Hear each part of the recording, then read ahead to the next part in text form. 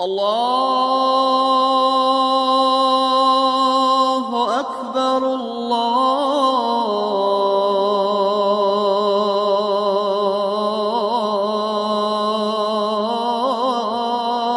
أكبر أشهد أن لا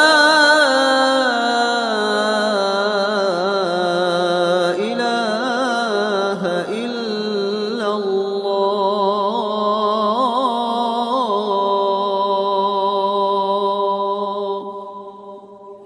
أشهد أن محمدًا رسول الله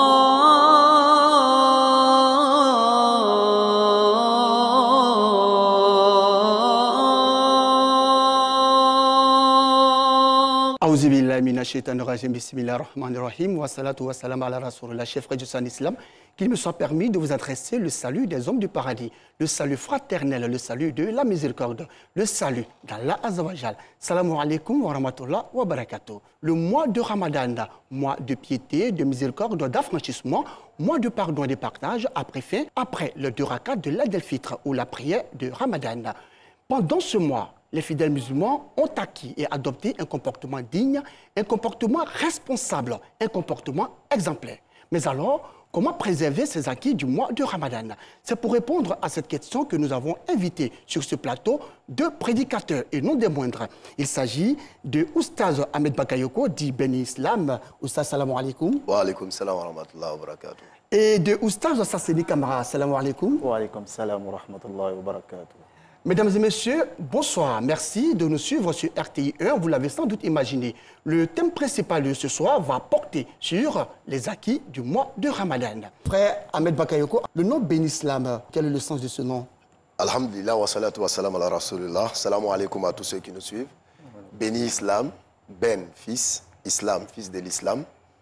Ou si vous voulez encore, béni soit l'Islam. D'accord. Tout simplement. Tout simplement. Non. Et c'est un pseudonyme, hein? Oui, c'est un ça ne fait pas partie de votre nom à l'état civil? Non, pas du tout. C'est juste un surnom qui m'a été attribué. Alors, pour vous permettre de mieux vous installer, nous allons ensemble voir ces premiers éléments vidéo. Les fidèles musulmans s'apprêtent à célébrer la fête de l'Aïd el-Fitr. En attendant l'événement, l'ambiance s'installe dans le cœur de Bouaké. L'affluence est perceptible. Dans les marchés de la ville, ils sont nombreux à faire le déplacement pour s'approvisionner en vivriers et autres denrées de première nécessité pour la fête. Si certains consommateurs fustigent la cherté des prix des marchandises, d'autres par contre expriment leur satisfecit.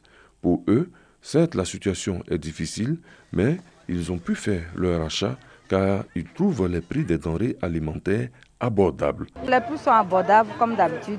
Et puis ici aussi, on trouve tout ce qu'on a besoin. Pour sa part, le directeur régional de l'Office d'aide à la commercialisation des produits vivriers de Gbeke, approché, rassure sur l'approvisionnement des marchés qui se fait dans des conditions stables. Selon Norbert Nguessan, des mesures sont prises pour renforcer la demande et le stock de produits afin de garantir un approvisionnement fluide des marchés pendant la fête de Ramadan. Tout ce qui est céréales, féculents, l'igname, la banane plantain, le manioc, nous avons un approvisionnement vraiment qui est un peu élevé par rapport aux maraîchers.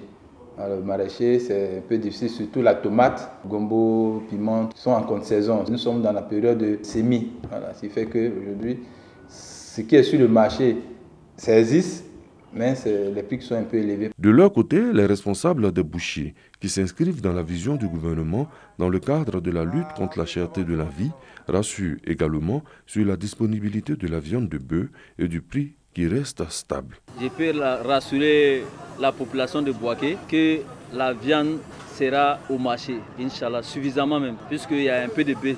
Le prix de la viande, ça c'est 2500 le kilo, ça en hausse 3000. Chez les vendeurs de volailles, le constat est clair. Pour l'heure, les familles ne se bousculent pas. Depuis le matin, on vendu qu'un seul poulet. Actuellement, le marché n'est pas bon. La coquille là, sont actuellement à 7 000. L'année passée, c'était 5 000, 5 500, ça passait. Maintenant, les poneys sont à 4 500. L'Aïd el-Fitr est une fête pendant laquelle, après la prière, les musulmans prennent du temps en famille, entre amis, pour se souhaiter des vœux et formuler des bénédictions pour le futur. En plus des retrouvailles entre familles, c'est un jour de spiritualité pour les musulmans et d'auto-évaluation du mois de jeûne qui vient de se couler. L'Aïd el-Fitr, c'est aussi un moment pour renforcer la fraternité et cultiver le pardon, comme l'enseigne le Saint-Coran. Comme d'habitude, le passage du Ramadan au Shawwal, mois qui suit le Ramadan, est toujours célébré avec faste à Bouaké. Alors, le frère Ben Islam, juste après le mois de Ramadan, comment expliquer le fait qu'on met au tiroir ce bon comportement que l'on a acquis pendant le mois de Ramadan? Comment justement préserver ces acquis-là? Alhamdulillah Rabbil Alamin, wa salatu wa salam ala Rasulillah, salam alaikum. Wa alaikum salam. Déjà, pour parler de préservation d'acquis d'une chose, il faut savoir qu'est-ce que cette chose d'abord. Donc, pour préserver les acquis du Ramadan, il est important de connaître l'importance du mois béni de Ramadan. Et ce mois béni de Ramadan est un mois de révision, puisque Mohammed recevait la révision du Coran pendant ce mois-là. Donc, cela veut dire que le musulman doit comprendre que le Ramadan est un mois de révision de son comportement et retenir que le Dieu qu'il a adoré pendant Ramadan demeure et demeurera toujours, même après Ramadan. C'est le même Dieu, il ne change pas, c'est le même Saint-Coran qui ne change pas aussi. Rien ne change puisque le musulman, non seulement le Ramadan lui permet de prendre conscience de ce qu'il est. C'est-à-dire tu essaies de comprendre que tout ce que tu croyais être impossible est en réalité possible. Il suffit seulement d'avoir une petite volonté et cette volonté doit être basée sur la crainte révérencière d'Allah, ce qui t'a permis de maintenir le cap pendant le Ramadan. Ce qui t'a permis de maintenir le cap. Alors, frère Sasseni, comment expliquez-vous justement le fait que tous fidèles musulmans, nous adoptons justement un bon comportement pendant le mois du Ramadan et lorsque nous observons le croissant lunaire, tout de suite, on retombe encore dans les péchés. أعوذ بالله من الشيطان الرجيم بسم الله الرحمن الرحيم والصلاة والسلام على رسول الله وعلى آله وصحبه وتم تسليما كثيرا أما بعد.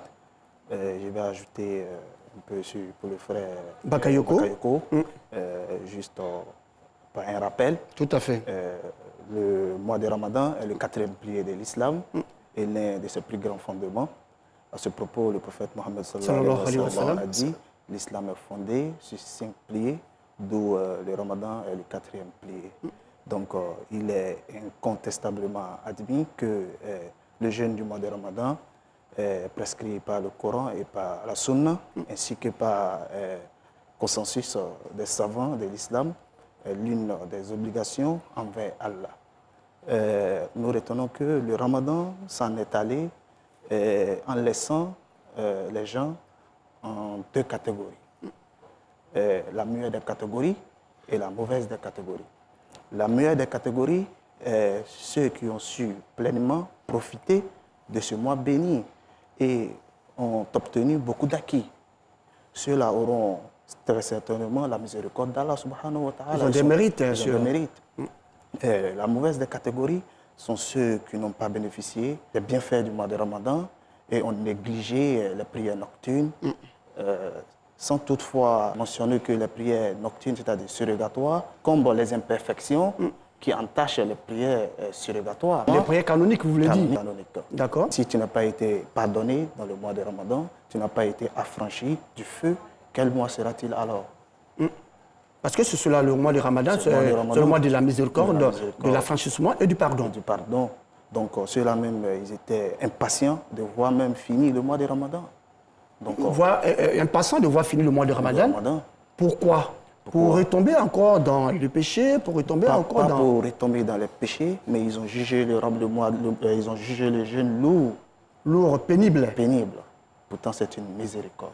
C'est une miséricorde. C'est une miséricorde, c'est ce qu'il faut retenir.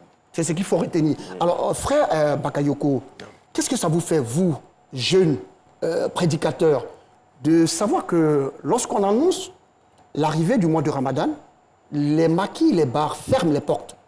Et juste après l'observation du croissant lunaire, les bars ouvrent les portes. Et on nous dit que ce sont nos parents qui fréquentent ces lieux. D'accord. Alhamdulillah, déjà, lorsque le Ramadan s'annonce et que les endroits comme le maquis et les bars ferment les portes, cela démontre de la puissance spirituelle même déjà du mois de Ramadan. Donc la fermeture s'impose par elle-même. Et la réouverture également nous amène à dire que est-ce que c'est la jeunesse musulmane qui fréquente ces endroits-là? Nous répondons non, parce qu'il y a 2 catégories. Nous avons le musulman croyant et nous pouvons dire le musulman dioula. Le musulman est celui qui atteste la foi, la kalmat shahada. Et le croyant, c'est celui qui suit après attestation, qui marche selon ce qu'il a attesté. Et dans les deux catégories, nous voyons que l'un respecte les prescriptions après attestation, c'est-à-dire marche en fonction de la crainte révérentielle d'Allah. Et le second, lui, en tant que musulman dioula, il rallie à sa foi la coutume et les cultures qui sont en déphasage avec les principes de l'islam.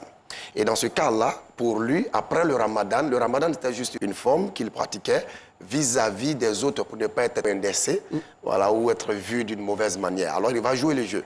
Donc juste après le ramadan, quand le ramadan ferme les portes, lui ouvre les portes des bars pour reprendre ses anciennes habitudes. D'accord. C'est vraiment triste. Et donc, il faut éviter de confondre voilà, le musulman djoula. Exactement. On va revenir là-dessus. Le temps pour nous de voir ce élément de vidéo. Il s'agit donc du micro-trottoir. Que pensent les populations de ce sujet? C'est pas bien de ne pas consommer l'alcool pendant le mois de carême et au passage du mois de carême, commencer à consommer. Ce n'est pas ce qui est recommandé aux musulmans.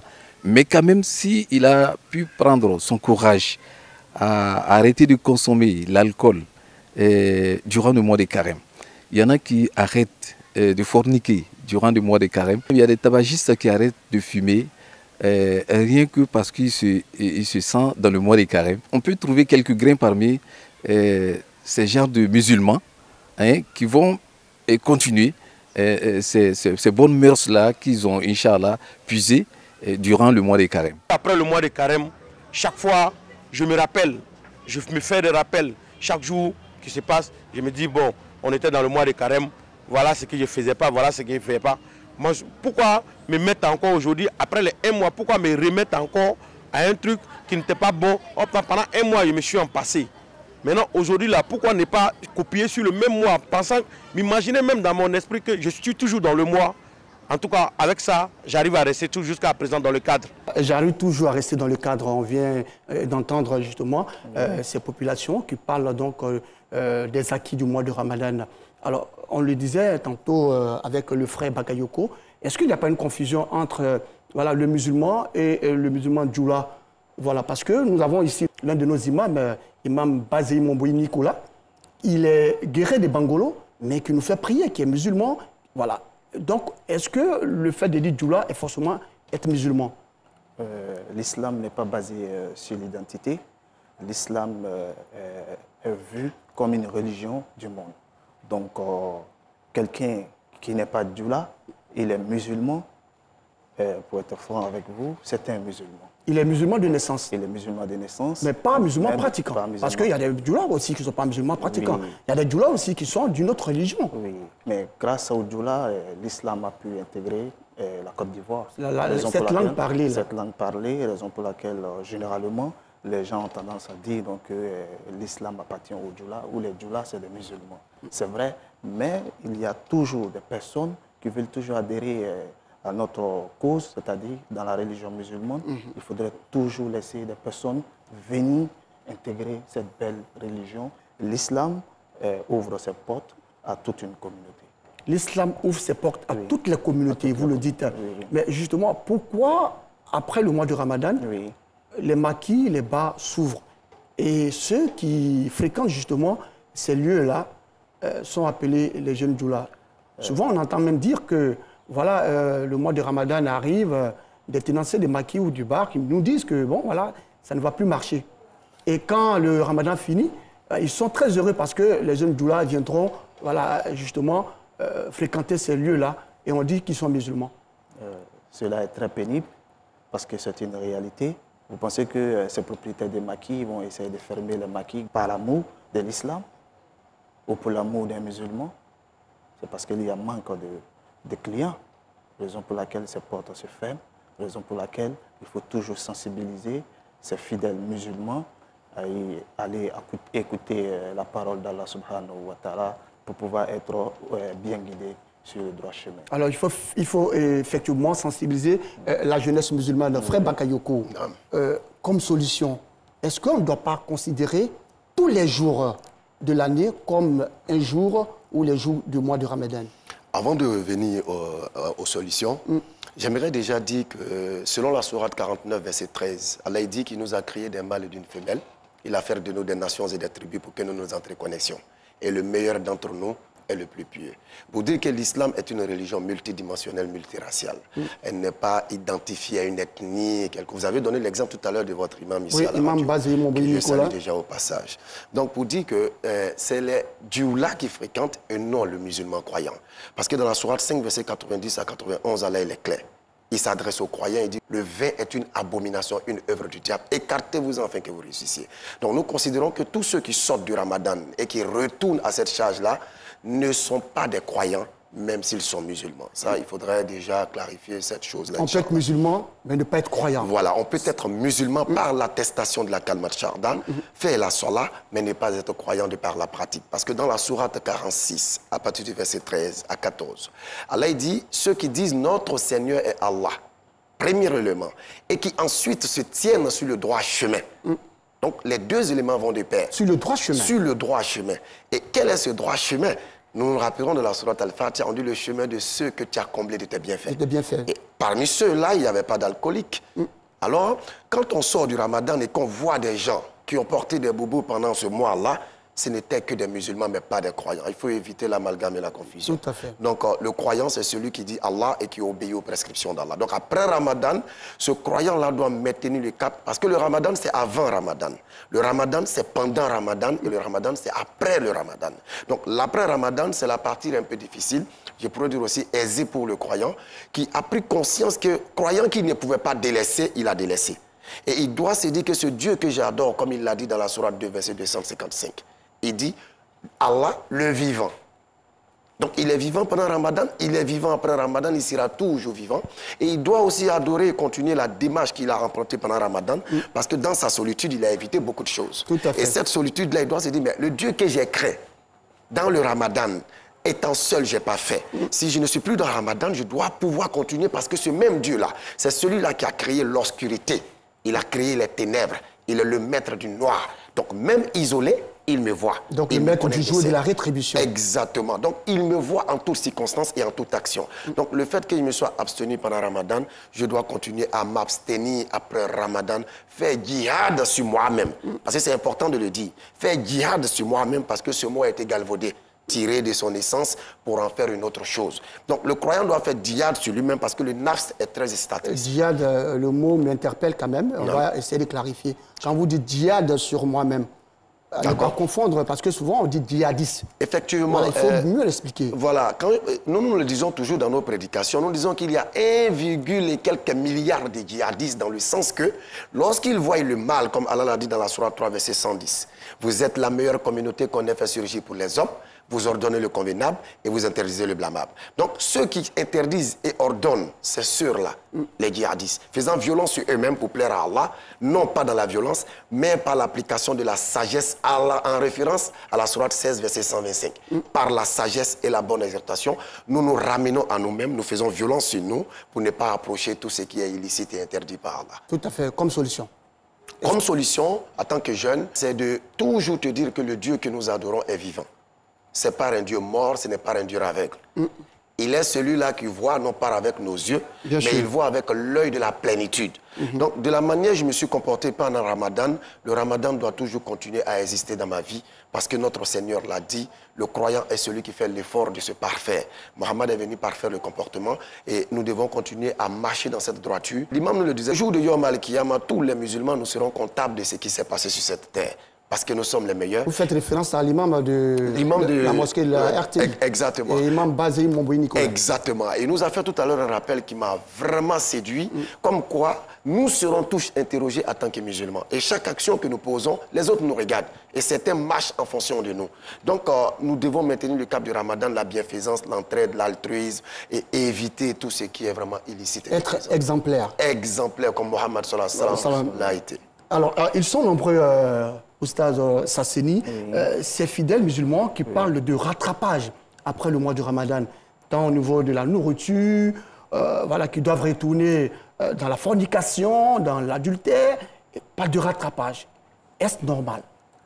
Le rattrapage, d'abord, est vu en deux thèmes. Le rattrapage, il y a une situation qui est obligée aux fidèles de laisser le mois de Ramadan, tel que la maladie ou le voyage.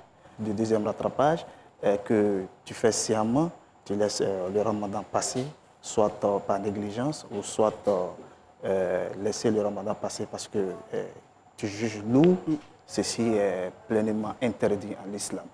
Pourquoi? Parce que le fidèle devra verser une compensation financière aux nécessités pour chaque jour, sans que cela n'annule son obligation de les jeûner. D'accord. Et pour vous qui êtes, n'est-ce pas, prédicateur auprès donc de la LIPSI, la Ligue islamique des prédicateurs en Côte d'Ivoire, oui, quelle solution peut-on trouver à cette mauvaise attitude des fidèles, des jeunes musulmans qui, après le mois de Ramadan, retombent encore dans le péché? Cette mauvaise attitude, il faut rappeler toujours que le fidèle musulman a besoin d'un rappel. Le rappel est profitable aux croyants. Et ces rappels, il faut toujours aller en contact avec les fidèles, les sensibiliser, les parler de l'islam, ensuite de voir comment la communauté doit se comporter avec la mosquée. Il faut toujours se rapprocher vers la mosquée, il faut toujours faire la dawa, toujours rapprocher ses fidèles. Essayer de dire, l'islam est une religion de soumission. L'islam n'est pas une religion de rattrapage. L'islam n'est pas une religion de retomber dans des erreurs passées. Ce n'est pas normal. Tout à fait. Alors, ce n'est pas normal, alors vous le dites, il ne faut pas retomber dans le péché. Alors, pour vous, frère Bakayoko, béni Islam, le nom me plaît bien. Ouais. Alors, est-ce qu'il y a des signes qui prouvent qu'effectivement, j'ai bénéficié des mérites de ce mois du Ramadan? Effectivement, il y a des signes. Je pourrais même prendre au rebond la question que vous avez posée parlant du rattrapage. Oui. Nous pouvons subdiviser ou diviser ce mot-là en deux facteurs. Le rattrapage positif et le rattrapage négatif. Pourquoi? Déjà, le fidèle qui, au sorti du mois de Ramadan, constate qu'il arrive à délaisser ce qu'il n'avait pas la capacité ou le pouvoir de délaisser. Et ce fidèle-là décide de se rattraper positivement, c'est-à-dire récupérer le temps que j'ai perdu dans l'ignorance. Et Ramadan vient de me rééduquer, alors je vais rattraper ce temps perdu en posant les mêmes actions que j'ai posées. En multipliant la lecture du Saint-Coran, la prière surrogatoire. Masha'Allah. Donc en multipliant, je vais rattraper ce temps perdu-là. Maintenant, le rattrapage négatif. C'est celui-là qui, au sortir de ce mois-là, va dire, ben, écoutez, ça m'a perdu déjà un mois, je n'ai pas vu ma maîtresse, je n'ai pas fréquenté mes endroits de réflexion dans les maquis et dans les bars, donc il faut que je puisse rattraper le temps perdu. Et celui-là, c'est l'homme le plus malheureux le jour de la résurrection. Parmi les solutions, nous allons citer comme ça, fréquenter les endroits du rappel. Faites le rappel car le rappel profite aux croyants. Parce que l'âme est très incitatrice au mal. Quand vous dites fréquenter les endroits du rappel, quels sont ces endroits? Les endroits de rappel, par exemple, nous, les élèves d'Abdul Majid, à la BAM 1781, nous faisons la street dawa. C'est-à-dire, nous fréquentons et nous apprentons les rues et les ruelles. Nous annonçons le message publiquement, de sorte que ceux qui n'ont pas accès au lieu du culte qui est la masjid, la mosquée, ont accès maintenant à la mosquée qui se déplace vers eux, afin de leur donner ce qu'ils entendent dans la mosquée ou ce qu'ils ont entendu dont ils n'ont pas accès. Donc nous apportons la mosquée vers eux et nous leur donnons le contenu que la mosquée enseigne en privé entre nos musulmans. Parce que certains pensent que nous faisons des choses contre nature. Donc quand nous sortons, par exemple, pour faire une discrétion rapide, on dit comme ça que le musulman, avant d'enterrer le mort, l'égorge. Vous voyez? Oui. Donc quand nous sortons, nous démontrons que non, on ne l'égorge pas.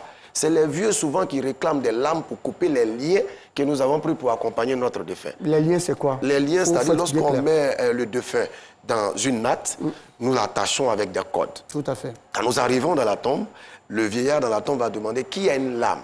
Et lorsqu'on récupère la lame, on va couper les cordes afin de sortir le défunt et le mettre en terre. Tout à fait. Donc, c'est des choses comme ça. Il y a beaucoup de choses, nous n'allons pas nous attarder peut-être une prochaine fois. Une prochaine fois. Donc, voilà, pour dire que vraiment, il faut que cette jeunesse-là prenne conscience parce que l'heure de l'éveil de la conscience de la jeunesse musulmane a sonné.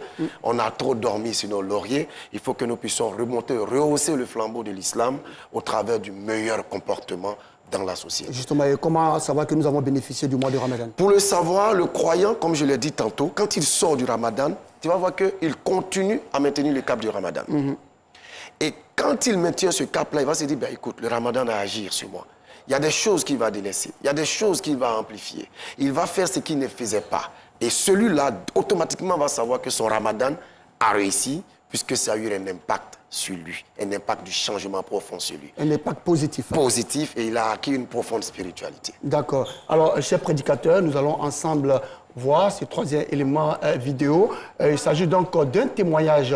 Avant le mois de carême, je bois, je fume, je fais l'adultère, je fais des choses qui ne sont pas bonnes devant Allah. Mais pendant le mois de carême, je gêne, je prie, je fais tout, je vais dans les mosquées et autres. Maintenant, après le mois de carême, je retourne toujours dans les mêmes erreurs, je fume, je bois. Maintenant, j'aimerais changer, j'aimerais devenir une nouvelle personne, me repentir, donner ma vie à Allah à 100%. Maintenant, je voulais qu'on m'aide. Je voulais qu'on m'aide. Le frère Sasseni, voici un témoignage. Quand il finit le mois de Ramadan, il retombe encore dans ces péchés-là. Il veut qu'on l'aide. Comment aider justement ce fidèle musulman? Le fidèle musulman a besoin toujours d'un rappel. Toujours d'un rappel. Lui, pour le moment, il faudrait qu'on sensibilise. Il faudrait, le frère Bakayoko, il vient de souligner tout à l'heure qu'il faudra sensibiliser, il faudra aller au contact des personnes, c'est-à-dire... Ne pas rester dans la mosquée, aller vers les musulmans. Et je souligne que lui, c'est un converti. Oui, il s'appelle Iri, il est gourou, il est converti, il observe justement tous les piliers. Voilà, c'est-à-dire le mois de Ramadan, il observe comme il se doit. Mais après le mois de Ramadan, il retombe encore là-dedans. Il a besoin d'être assisté, de lui parler régulièrement de l'islam. Il a besoin d'être toujours, il faut qu'on l'appelle. Le frère, comment est-ce que tu trouves cette journée? Et le frère, comment ça va? Et le comportement, il y a eu des changements au comportement. C'est tout ceci, il faut être au contact avec le musulman. Il faut être au contact avec lui pour ne plus qu'il retombe dans le péché. D'accord. Alors, frère Bakayoko, voilà, vous l'avez entendu, le frère Irie qui retombe dans les péchés, qui boit, qui... Voilà. Qu'est-ce que vous pouvez lui donner comme conseil pour qu'il puisse justement rester dans le cadre de l'islam et vivre son islam à 100%, comme il a dit lui-même? D'accord. D'abord, je veux rectifier quelque chose. D'accord. J'ai entendu par 2 fois carême. Oui, oui, bien sûr. Carême, voilà. Carême, par abus de langage, sans doute. C'est ça. Le musulman ne fait pas de carême. Bien sûr. Le musulman jeûne le mois de Ramadan. Parce que carême est un mot qui découle des 40 jours de jeûne chrétien. Chrétien, tout à fait. Donc, il faut éviter un peu l'amalgame. Nous ne faisons pas le carême. Donc, le conseil que je peux donner à mon frère, c'est qu'il retienne que la jeunesse n'est pas une fin en soi. Et que Allah, il a dit, toute âme goûtera la mort. Donc, la première méditation, c'est de penser à ce jour-là. Ce jour, lorsqu'il arrive, il n'y a plus de retour. Et lorsqu'on pense à ce jour-là, on fera l'effort. Parce qu'il faut savoir que le péché, là, ce n'est pas le diable qui nous fait faire le péché. Le diable ne fabrique pas de péché. Le diable est un enjoliveur. Il enjolive le péché pour nous. Allah, il dit, il a créé l'âme et lui a insufflé son immoralité ainsi que sa piété. Réussit certes celui qui la purifie. Donc, en réalité, le frère doit prendre conscience de ce qu'il est. Sourate 51, 56, je ne vous ai créé rien que pour mon adoration. Donc, quand tu prends conscience de ces éléments, donc il a besoin même de suivi de rappel. J'aimerais même qu'il se rapproche de notre jeune groupe pour qu'on puisse partager ensemble. Donc, quand tu te rappelles que tu as été créé pour l'adoration d'Allah et que tu sais que l'action que tu poses est contraire à la recommandation d'Allah, tu peux te ressaisir. Il faut lutter contre son âme. L'âme n'a pas de pouvoir sur nous. Vous savez, Isha, on peut retarder. Il arrive des fois où j'ai du mal à le faire. Et subitement, je me lève et puis je me parle à moi-même.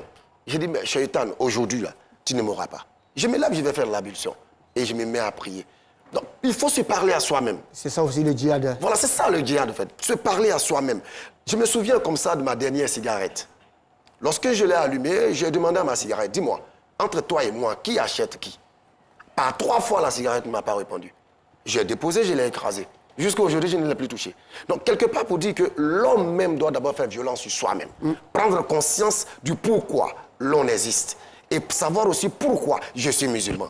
Comprendre aussi pourquoi le mois de Ramadan. Quel est son sens et son essence. Donc, il y a des véritables questions qu'il faut se poser. De bonnes questions et trouver de bonnes réponses. Et de bonnes réponses, mais est-ce que ce n'est pas aussi parce que pendant ce mois-là, Iblis, comme on le dit, a été enchaîné et que, bon, après le mois de Ramadan, il cherche à se venger.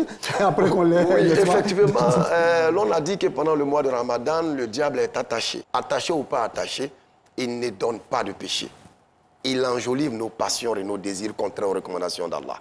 Lui ne fait que faire des was-was.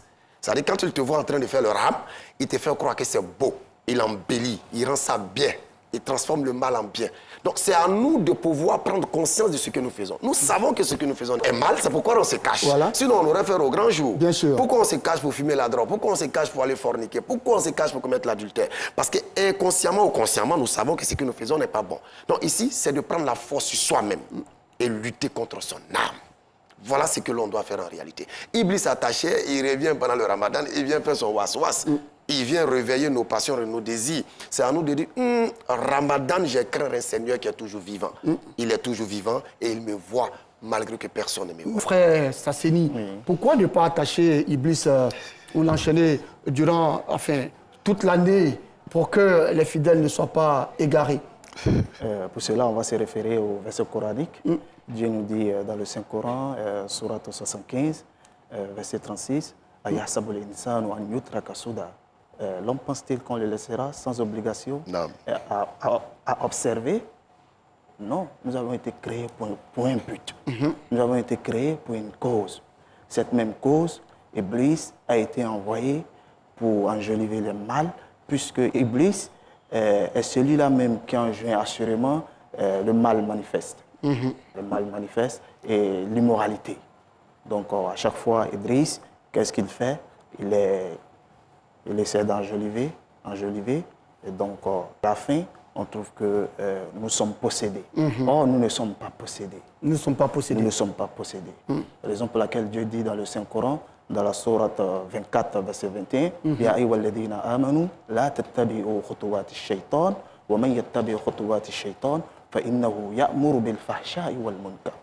Ainsi Dieu encore il nous dit dans le Saint-Coran, Inna shaytana lakum aduwwun fattakhidhuhu aduwwa. Le Satan, c'est-à-dire le diable, est un ennemi déclaré pour vous. Prenez-le donc pour ennemi. À cet instant, qu'est-ce qu'on doit faire? Le bon Dieu nous revient encore dans le Saint-Coran, nous dit Wajahidu fi sabili, wajahidu fi sabili, wajahidu fi sabili. Est-ce que vous voyez? Il faut toujours combattre. Il faut toujours combattre l'âme. D'accord. Il faut combattre l'âme, vous l'avez dit. Donc, le frère Bakayoko, dites-nous, pourquoi, pendant le mois de Ramadan, ces actions de générosité, assister les veuves, les orphelins, les personnes défavorisées de la société, on les multiplie. Et lorsque le mois de Ramadan finit, ces actes de générosité aussi cessent. Comment peut-on expliquer cela? C'est qu'on n'a pas compris la sourate 2, verset 183. On dit, vous jeûnez pour atteindre la piété. Et pendant ce mois de jeûne, on a posé des actions pour atteindre cette piété. Et après le mois de Ramadan, nous devons continuer puisque la piété est une quête perpétuelle. Donc, voir des gens qui, après Ramadan, baissent le rideau de l'altruisme, du don de soi, des bien-être autour d'eux, j'ai du mal même à me poser même la question. C'est des actions qui doivent se pérenniser. Mais quand on arrête, c'est qu'on n'a pas compris l'essence même du Ramadan. C'est que nous-mêmes, notre foi n'est pas encore stable. Et il faut savoir que le demi-mur autour de nous est une épreuve pour moi qui ai la fortune. Il est là pour moi. Il est là pour m'aider à prendre conscience que ce que j'ai là, je serai interrogé là-dessus. Donc, comment comprendre qu'après ce mois du don, j'arrête de donner? Il faut continuer à toujours donner. Et vous avez parlé de pourquoi ne pas attacher le diable définitivement pour qu'on soit relâché, etc. D'accord. Regardez, le diable est attaché pendant Ramadan. Mais pendant Ramadan, il y a des gens qui commettent des péchés. Et nous avons reçu un témoignage d'un frère qui, pendant Ramadan, a commis la fornication. Pendant que le diable est attaché. En réalité, le diable n'est qu'un enjoliveur. Mais Allah ne peut pas attacher le diable définitivement à cause d'une parole. Dans la sourate 15, verset 36, le diable va demander à Allah, après sa désobéissance, que Allah permette qu'il vive avec nous. Et Allah l'a agréé. Donc il ne peut pas être attaché définitivement. C'est notre collaborateur de vie. Il est avec nous pour nous aider à comprendre. Il est avec nous pour nous perfectionner dans la quête de cette piété qui est le sens et l'essence du Ramadan. Comme le dirait un imam, chaque humain a son Satan. Exactement, ouais. Là, c'est bon. Il y a les djinns qui, depuis la naissance, nous accompagnent, les Karim. Mais là, on parle de Iblis lui-même, Shaitan lui-même. L'incitateur au mal, l'incitateur à la malfaisance. Donc, pour ceux qui délaissent ces œuvres de bienfaisance après le Ramadan, qu'ils revoient les copies. Ils doivent amplifier cela après Ramadan pour comprendre que oui, ce que j'ai fait dans le Ramadan, ce n'était pas par complaisance. Ce n'était pas par contrainte, mais je l'ai fait parce que je crée Allah. Et la preuve, je continue encore ces actions. Ce n'était pas du matu-vu. Ce n'était pas de l'ostentation. D'accord. Alors, frère Sasseni, est-ce que les veuves, après le mois de Ramadan, cessent d'être veuves, les orphelins cessent d'être orphelins? Ils sont toujours là, ils sont toujours présents. Est-ce qu'on ne doit pas toujours être généreux et bon envers ces personnes-là? L'islam nous exhorte à la générosité, à faire du bien au prochain. Pourquoi arrêter ces œuvres après juste le mois de Ramadan? C'est qu'on n'a pas compris le mois exact de Ramadan. Il faut toujours continuer à œuvrer dans le sentier d'Allah subhanahu wa ta'ala pour que demain, Allah subhanahu wa ta'ala puisse aussi en retour nous donner sa miséricorde. D'accord. Alors nous allons marquer une pause pour voir justement les différentes activités des structures islamiques dans la société et c'est dans la vie de la communauté. Mois de partage. Le mois de Ramadan est une période où les fidèles musulmans doivent multiplier les actions de bienfaisance. Des actions auxquelles Fatim Bamba, cadre de la commune d'Anyama, attache du prix. 25 tonnes de riz, 25 tonnes de sucre, des cartons de lait et de pâtes alimentaires. C'est le don offert à la communauté musulmane en ce mois de jeûne. Un don pour traduire la solidarité du chef de l'État, Alassane Ouattara. C'est une dizaine d'années qu'elle fait ces dons-là. On remercie beaucoup. Dans cet élan de solidarité, les fidèles chrétiens qui observent le carême n'ont pas été oubliés. Ils ont également reçu des dons en vivres et non-vivres. Heureux, Père Ambroise Zongo, curé de la paroisse Notre-Dame d'Anyama, a, au nom de la communauté chrétienne, exprimé sa reconnaissance à la donatrice. C'est un geste qui nous réunit, c'est un geste de partage, de solidarité, comme pour nous dire que la cohésion sociale, comme la cohésion religieuse, se nourrit d'actions concrètes. Et donc nous disons merci. Fatim Bamba a, au nom du président de la République, Alassane Ouattara, invité les guides, mais aussi les fidèles des différentes confessions religieuses à prier pour la paix et la cohésion sociale.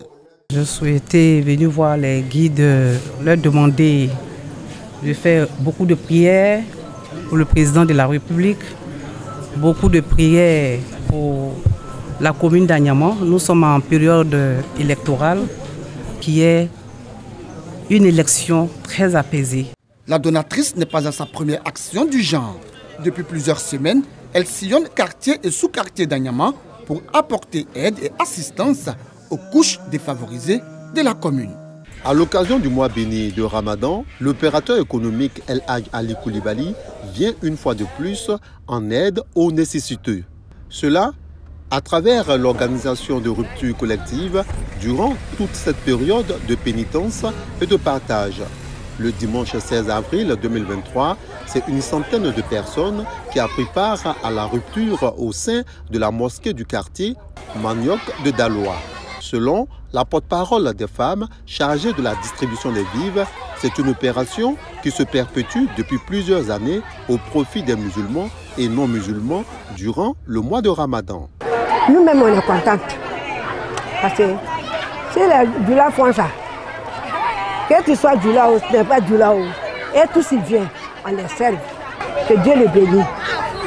En plus de donner l'opportunité aux nécessiteux de rompre le jeûne dans de bonnes conditions, El Hadj Ali Koulibaly appelle les personnes de bonne volonté à lui emboîter le pas dans le but de promouvoir les valeurs rattachées à l'islam. Le mois de Ramadan, c'est un grand mois, un mois béni, un mois respecté même dans la communauté musulmane. Donc c'est l'occasion pour lui d'exprimer sa tendresse aux nécessiteux. Donc c'est en même temps un appel à toute personne de bonne volonté qui ont aussi les moyens d'élargir un peu les mains face aux nécessités dans ce grand mois pour la promotion de la religion musulmane. Les heureux bénéficiaires saluent ce acte de générosité. Si tu viens vers lui, que Dieu te accorde, que tu vas lui saluer, il sait déjà pourquoi tu es venu vers lui. Si tu serres la main là, il va faire rentrer la main à droite dans sa poche, ce qu'il va enlever là. Si tu n'as pas porté chaussures là, tu vas partir pour laisser chaussures là. J'ai embrassé l'islam, et je vois que vraiment c'est une très belle religion. Et surtout même ce qu'Ali Koulibaly est en train de faire ici, ça nous motive même vraiment de venir vers la religion. C'est extraordinaire. c'est inexplicable. Puisqu'on a des listes là, mais ce que lui fait encore, c'est Dieu qui fait encore, mais son acte vraiment montre encore que la religion, c'est une religion vraiment de pitié, d'amour. En plus de ruptures collectives organisées, la population des Dalois a également bénéficié de dons en vivres et non-vivres. Cours de la Société coopérative ivoirienne des négoces et des produits agricoles d'Agboville. Il est un peu plus de 16 heures. Nous sommes à la dernière décade du mois de Ramadan et c'est cette période que choisit responsables et membres de cette société coopérative pour leur rupture collective. Il faut faire vite pour la mise en place. Ces jeunes sont donc à la tâche. À côté, les femmes s'activent. Elles doivent proposer dans la soirée des beaux mets pour la rupture. Au menu, de la bouillie, du lait, du déguet, et de tamar et la pomme de terre à la viande de mouton. Nous avons du riz avec de la sauce feuille. Nous avons de la tchéké avec du poulet. C'est très important au cours d'une rupture collective, comme on le fait aujourd'hui, de se réunir tous, musulmans comme chrétiens, et puis de rompre le jeûne ensemble. Une fois la mise en place terminée et la cuisine prête, il est 18h25, l'heure de la rupture. Imam, prédicateurs et fidèles musulmans se pressent pour déguster les beaux mets concoctés. Pour le président du conseil d'administration de SEMPA, ce partage de repas vise à consolider les liens de fraternité et d'amitié au sein de la coopérative. Moussa Kakao a aussi profité de cette opportunité pour inviter les hommes de Dieu à prier pour la paix et l'entente en Côte d'Ivoire. Aujourd'hui, la Côte d'Ivoire a besoin de la paix et il faut que les gens prient beaucoup pour qu'il y ait la paix, pour qu'il y ait la cohésion sociale, pour qu'il y ait la santé en Côte d'Ivoire, la joie et l'amour. Cette rupture collective de la SEMPA a bénéficié du soutien de l'imam principal de la mosquée centrale d'Agboville. La rupture collective, ça montre la solidarité et l'amour et le but recherché même de l'islam. Parce que l'islam veut que nous vivons ensemble. On a un forum religieux entre le chrétien et le musulman. On fait tout ensemble jusqu'à ce que l'évêque même m'appelle l'imam de la cathédrale et je l'appelle l'évêque de la grande mosquée. Les guides et fidèles des autres confessions religieuses étaient aussi présents. En tant que religieux, homme de Dieu, nous leur souhaitons d'abord un très bon Ramadan. Voilà, puisse Dieu vraiment les assister dans ce jeûne. La prière canonique du crépuscule et les prières surrogatoires ont mis fin à ce partage de repas du mois de Ramadan de la Société coopérative ivoirienne des négoces des produits agricoles, SEMPA.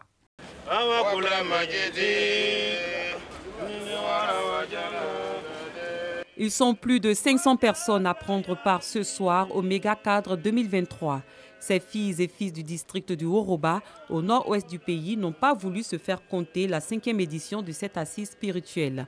Ramadan, mois de solidarité et de cohésion, ce thème a retenu l'attention des participants au Méga Cadre 2023. Nous disons qu'on ne peut pas se développer dans la division, dans la discorde. Dieu merci, le message est plus ou moins entendu et nous allons travailler avec ça pour que les jeunes qui viennent après nous puissent faire mieux que nous. Nous sommes très heureux d'être ici aujourd'hui à Koro, ville sainte, Nelayi Moussa Bakayoko, et que Dieu exauce toutes les prières de ce soir et qu'il y ait la paix dans le Horoba, la paix en Côte d'Ivoire. Ces imams nous interpellent, nous les écoutons et nous allons essayer de tirer le maximum parce que ce sont des hommes de Dieu et qui nous donnent des recommandations. Et moi, je retiens que ce soir, ils nous demandent d'être unis, d'être aussi ensemble. Cette nuit bénie a été mise à profit par le ministre Moussa Dosso pour appeler les ressortissants du Bafing, du Béré et de Koro à cultiver la cohésion et le vivre ensemble. J'ai demandé aux parents, puisqu'il s'agit d'une nuit de prière, d'introduire comme thème dans leurs différents sermons la cohésion, l'entente. On pourra continuer d'échanger, continuer de parler, continuer de sensibiliser pour que l'entente arrive. Parce que c'est avant tout un préalable au développement de notre belle cité qu'est le district. Le méga cadre du Horoba est une initiative de l'ancien Premier ministre Feu Ahmed Bakayoko. Il se tient à l'occasion de la recherche de la nuit du destin, une nuit meilleure que 1000 mois d'adoration.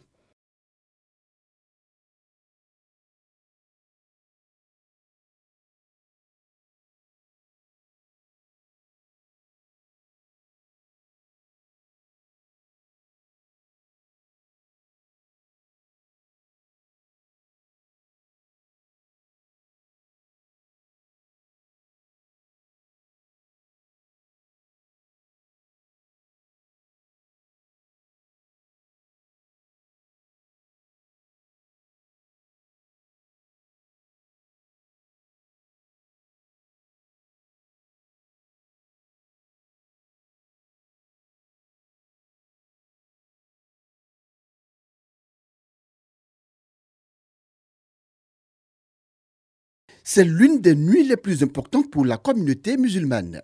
Les fidèles, venus de tous les quartiers et sous-quartiers d'Anyama, se sont retrouvés au stade de la commune à l'occasion de cette nuit d'adoration.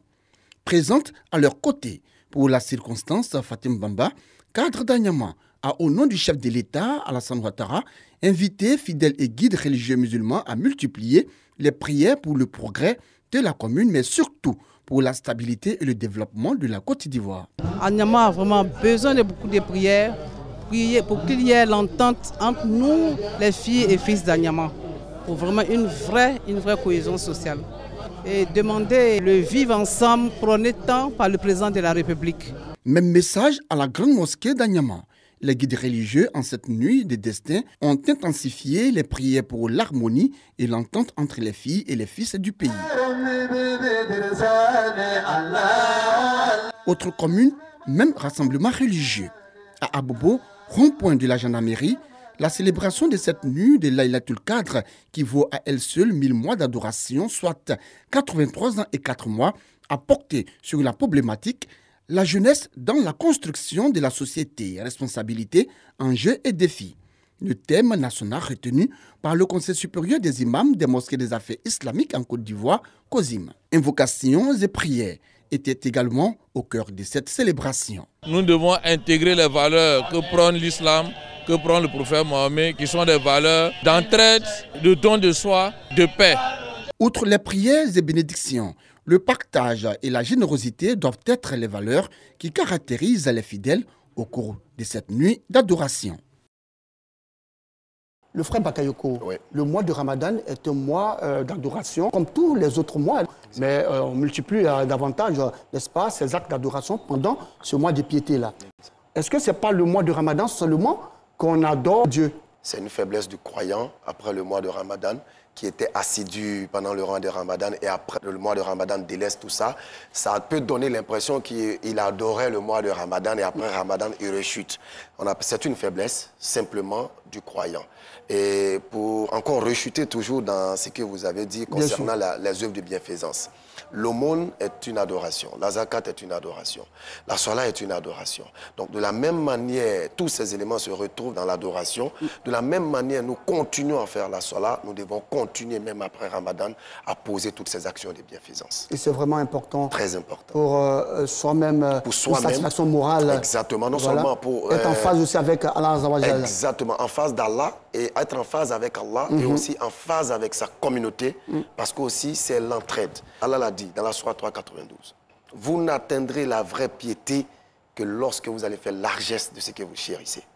Et l'homme chérit sa fortune, l'homme chérit tout ce qui l'embellit. Et Allah nous demande de faire don de cela, sans retenue.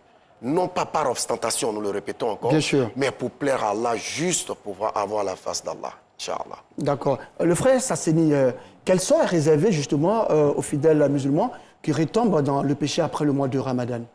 On dira que c'est des musulmans pécheurs, puisque réellement, ils n'ont pas laissé tomber les mauvaises habitudes. Les mauvaises habitudes ont été toujours retenues juste après le mois de Ramadan. Donc, ils auront les mérites du mois de Ramadan. Après le mois de Ramadan, ils vont retomber dans le péché. En retombant dans ces péchés, Dieu va les rétribuer de ce qu'ils sont tombés. D'accord. Et donc, c'est vrai qu'ils vont bénéficier de ces mérites-là, mais ils ne seront pas des élus d'Allah subhanahu wa ta'ala. Ils ne seront pas des élus d'Allah subhanahu wa ta'ala. Pourquoi? Parce qu'ils n'ont pas été francs. Alors, donc, vous, frère Bakayoko, voilà, quel est le sort réservé justement à ceux-là qui retombent dans le péché après le mois de Ramadan? Alhamdulillah, il faut savoir que ceux qui rechutent, il y a un élément clé qui est important. Allah s'est réservé à lui-même la miséricorde. Donc le fait qu'il rechute, parce que Rasul sallallahu alayhi wa sallam nous dit, le péché en réalité, c'est inné. Mais le péché, le véritable, c'est pécher et ne pas savoir que l'on a péché, et pécher et ne pas ressortir du péché. C'est ça le véritable péché.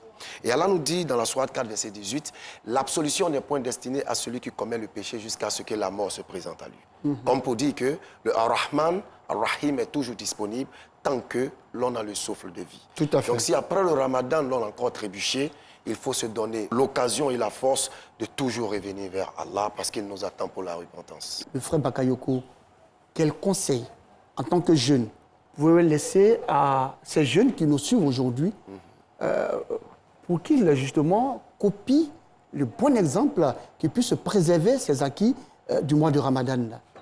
Alhamdulillah Rabbil Alamin, souvent salatu wa salam, ala Rasulullah. Ce que nous pouvons donner comme conseil à cette jeunesse-là, retenez que c'est un jeune qui vous parle. Un jeune qui vient de loin, qui a aussi une histoire, mais qui a seulement pris conscience du sens et du but de son existence, comme nous l'avons dit. 51, 56, ne vous êtes créé que pour l'adoration d'Allah. Nous avons aussi pris conscience du fait que nous sommes les meilleurs, et un meilleur est toujours un exemple. Et en ce thème-là, le croyant et jeune que nous sommes, nous devons faire l'effort d'être des exemples et des modèles. Le prophète sallallahu alayhi wa sallam avait des jeunes autour de lui. Des jeunes même, nous avons l'histoire que nous lisons chaque Juma, les jeunes de la caverne. Ils ont fui le mal pour se réfugier. C'est-à-dire que nous n'avons plus d'excuses en réalité.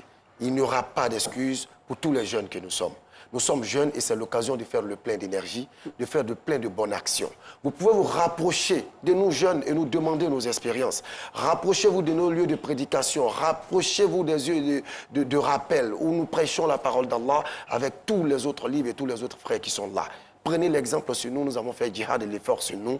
Vous aussi, vous pouvez y arriver, il suffit de le vouloir. Il suffit de le vouloir. On ne va pas vous demander de résumer en Koyaka. On va laisser le soin justement à M. Sassedi Kamara de nous résumer en Maleke en 2 ou 3 minutes ce qui a été dit ici aujourd'hui.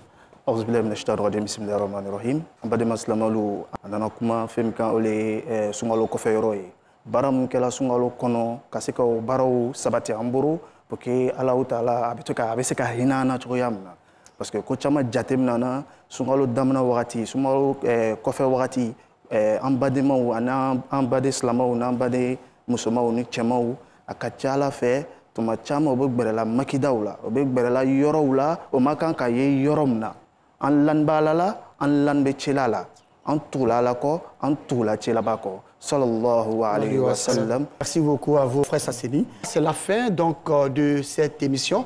Rappelons que nous étions avec Oustaz Ahmed Bakayoko dit Béni Islam et Oustaz Sassedi Kamara, tous deux prédicateurs. Avec eux, nous avons parlé des acquis du mois de Ramadan. Merci à vous de nous avoir suivis. Je vous donne rendez-vous le jeudi prochain, même heure, même chaîne. Salam alaikum wa rahmatullah wa barakatuh.